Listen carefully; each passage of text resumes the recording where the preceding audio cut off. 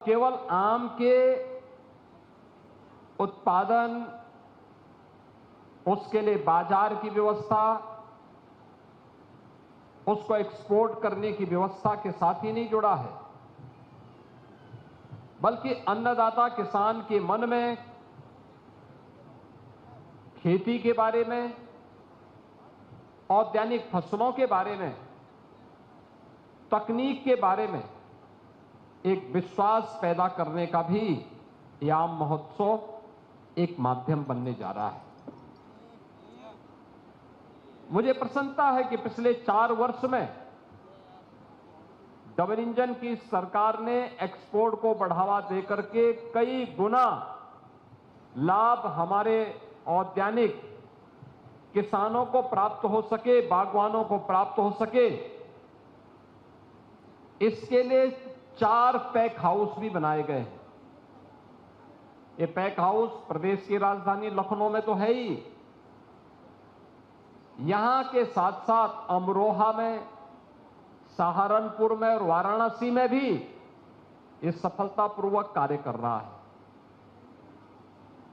इसके माध्यम से हम औद्यानिक फसलों के साथ जुड़े हुए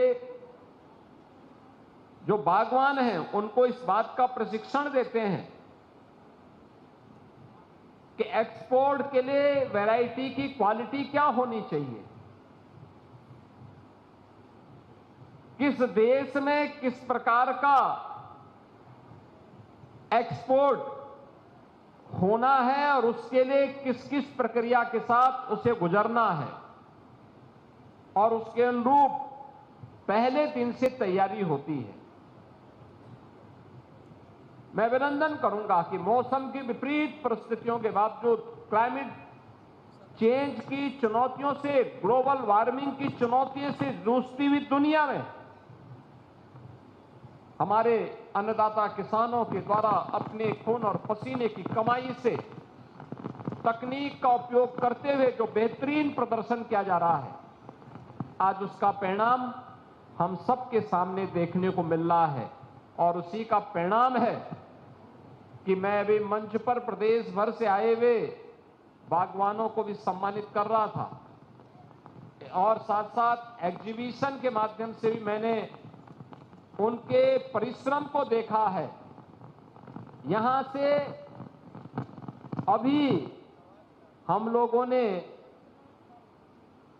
2 देशों के लिए आम का एक्सपोर्ट करने के लिए कार्गो के माध्यम से, एयर कार्गो के माध्यम से सुविधा किसानों को प्राप्त हो सके, इसके लिए सरकार भी उन्हें सब्सिडी देती है और दुनिया के मार्केट में पहुंच करके उन्हें ऊंचा दाम इसका मिलता है, अच्छा दाम मिलता है। इसको भी रवाना करके मैंने अपने किसानों के परिश्रम को नजदीक से देखा है। मैं सचमुच उन सभी किसानों का, बागवानों का हृदय से अभिनंदन करता हूं जिन्होंने विकास की इस प्रक्रिया के साथ जुड़ करके विकसित भारत की संकल्पना में वे अपना योगदान दे रहे हैं। क्योंकि हमारा ये मानना, हमारे पास जो संभावना होगी सबसे पहले हमें उसमें प्रयास करना होगा। और उत्तर प्रदेश जैसे राज्य में,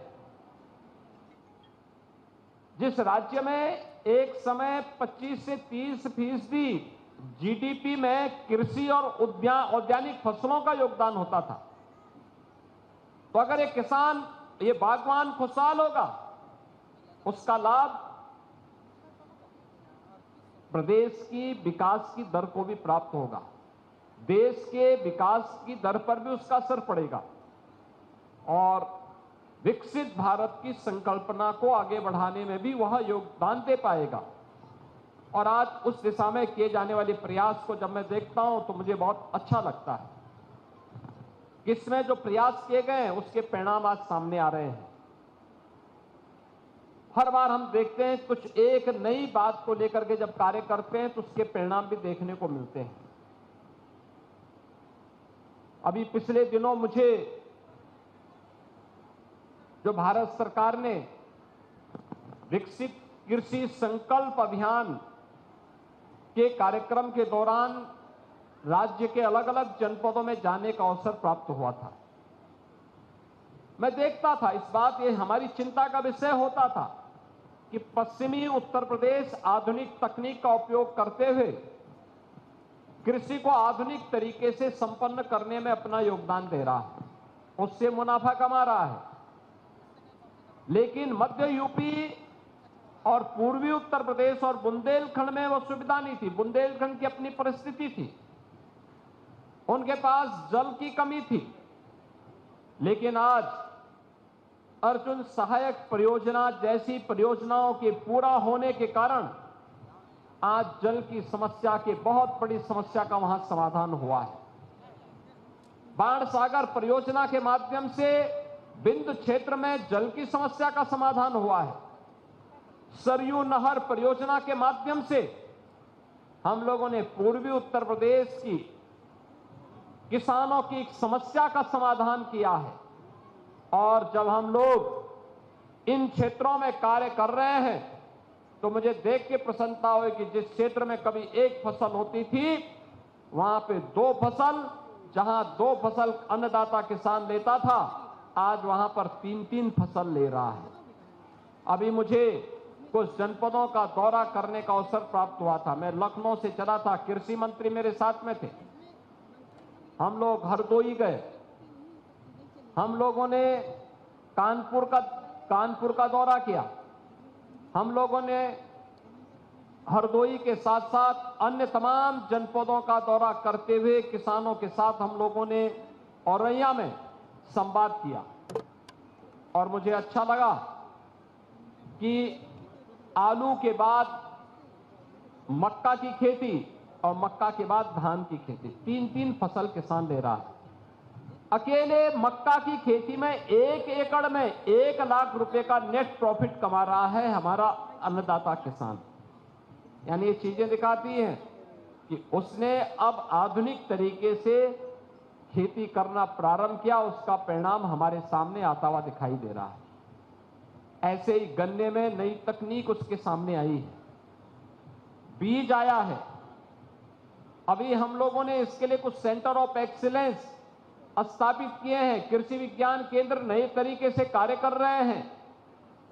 और इन्हीं तरीकों को आगे बढ़ाने के लिए अब उद्यान विभाग, वन विभाग और अन्य निजी क्षेत्र के भी सहभागिता के माध्यम से अब हम लोगों ने प्रदेश के अंदर फलदार वृक्ष हो, इमारती लकड़ी के वृक्ष हो, छायादार का हो, पर्यावरण अनुकूलित या फिर मेडिसिन प्लांट का हो, औषधीय वृक्षों के लिए भी व्यापक पैमाने पर कार्य प्रारंभ हुआ।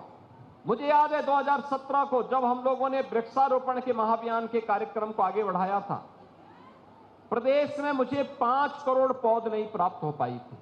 और इस बार जब एक पेड़ मां के नाम के महाअभियान के साथ एक विराट वृक्षारोपण कार्यक्रम के साथ हम जुड़ने वाले हैं, 9 जुलाई को हमारे पास 50 करोड़ पौधा इस समय प्लांटेशन के लिए तैयार खड़ी है। ये वही प्रदेश है जहां 5 करोड़ नहीं मिलता था, आज 50 करोड़ से अधिक पौध हमारे पास मौजूद है। ये उत्तर प्रदेश की नई प्रगति दिखाती है, कैसा जंप 5 करोड़ से 50 करोड़ तक हम पहुंचे हैं। अनेक ऐसे कार्य किए जा रहे हैं जिसका लाभ प्राप्त होगा। आज के इस अवसर पर मैं भी आपसे अपील करूंगा इस अवसर पर कि 9 जुलाई को एक पेड़ मां के नाम अवश्य लगाएं और 3 दिनों तक यह आम महोत्सव का कार्यक्रम यहां पर होगा। अलग अलग कार्यक्रम होंगे, इसमें यहां पर तमाम प्रकार के संगोष्ठियां भी होंगी, तमाम प्रकार के यहां पर बायर और सेलर की आपसी मीट भी होंगी। कृषि वैज्ञानिकों के द्वारा, प्रगतिशील किसानों के द्वारा अपने अनुभव का लाभ भी दिया जाएगा। अगर हम थोड़ा भी उसके साथ जुड़ेंगे तो उसका लाभ हमारा बागवान लेने में सफल होगा, हमारा अन्नदाता किसान लेने में सफल होगा।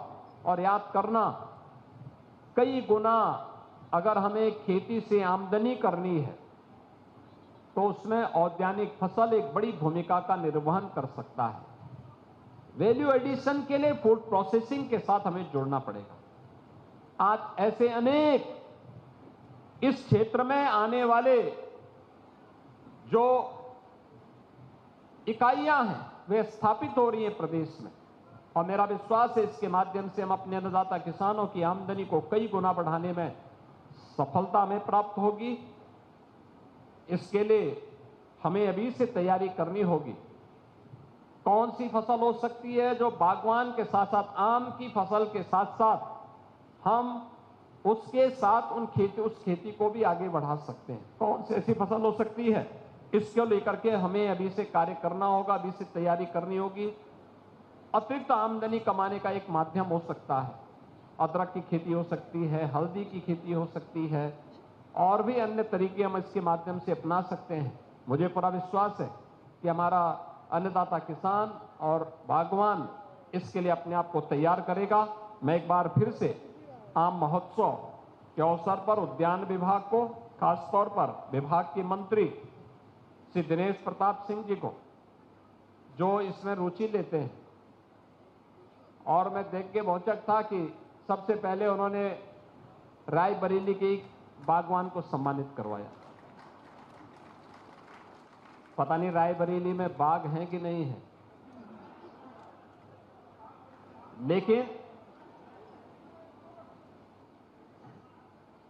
लेकिन यहां पे लखनऊ के साथ साथ जो अनेक वैरायटी उत्तर प्रदेश में हो रही है, वाराणसी का लंगड़ा, गोरखपुर का गौरजीत, बस्ती का अम्रपाली, लखनऊ की दशहरी, आपका मेरठ और बागपत का रटोल, अमरोहा, सहारनपुर में पैदा होने वाली जो तमाम प्रकार की नई वैरायटी है, और मुझे देख के आश्चर्य कर रहा था, 2.5 किलो की, 3-3 किलो की आम, देख के आश्चर्य हो रहा था। आम सामान्य लोगों को विश्वास नहीं होगा, लेकिन जो यहां प्रदर्शनी में आके देखेगा, उसके स्वाद को चखेगा, तो सचमुच आम फलों का राजा है। खाने वाले को ही पता लगेगा, जो इसका स्वाद लेगा।